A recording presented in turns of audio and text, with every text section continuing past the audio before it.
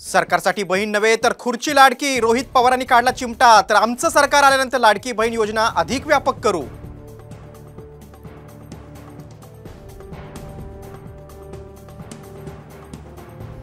लाडकी बहीण योजनेवर विरोधकांची टीका, पण फॉर्म भरून घेण्यासाठी त्यांचीच गडबड सुरू।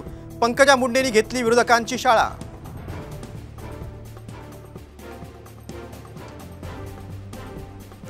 राज्यात 81,000 कोटींच्या 7 गुंतवणूक प्रकल्पांना मंजुरी। कोकणसह मराठवाडा विदर्भात होणार 20,000 रोजगार निर्मिती।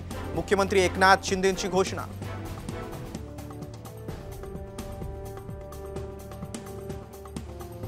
धारावीत तणाव वाढला। धारावीतली दुकानं बंद करण्याचं आवाहन। अंत्ययात्रेदरम्यान 2 गटाकडून दगडफेक।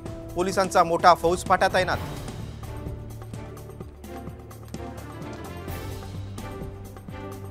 कल्याण डोंबिवलीत रस्त्यावरील खड्ड्यांबाबत मनसे आक्रमक। केडीएमसी विरोधात मनसेचा सेल्फी विथ खड्डा उपक्रम।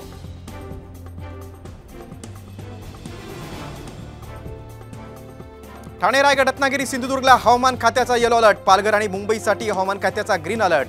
राज्याला दमदार पावसाचा इशारा।